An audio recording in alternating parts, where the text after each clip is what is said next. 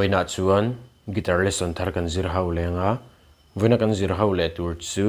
Christian hlabu number zanga le som ni palina tawpna nia ka hringnun hi ral hunin ti hlakha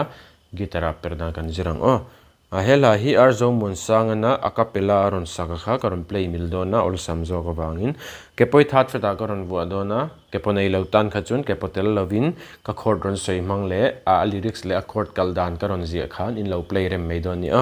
scene kan la tonga kepo that feta kan bu chana sanga f niama g chon g7 hi kan mangtel bokang chon tihan kan strum down down up down up ti khana down down up down up bun changa top thei kan strum down down up down up tawpna nia ka hring ta khan ka hring a khan f a kan lu se bang f ti kan plek don ni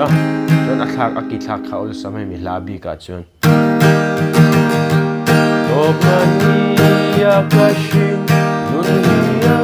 ral hunin ti khan ni mai ta po han ke potel lo po khan tawpna nia ka hring nun nia ral hunin tina kortika tai kaya korasa po van ko the moya kya angela lena leishin pia lama jatuanin kalahan solang ikan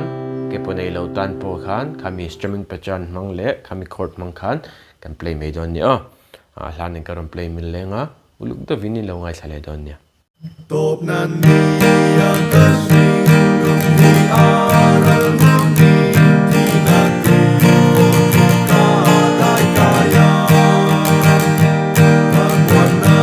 vaka khem in lumbai abo vanga tharau zatwani azula vanko khem ranga zatula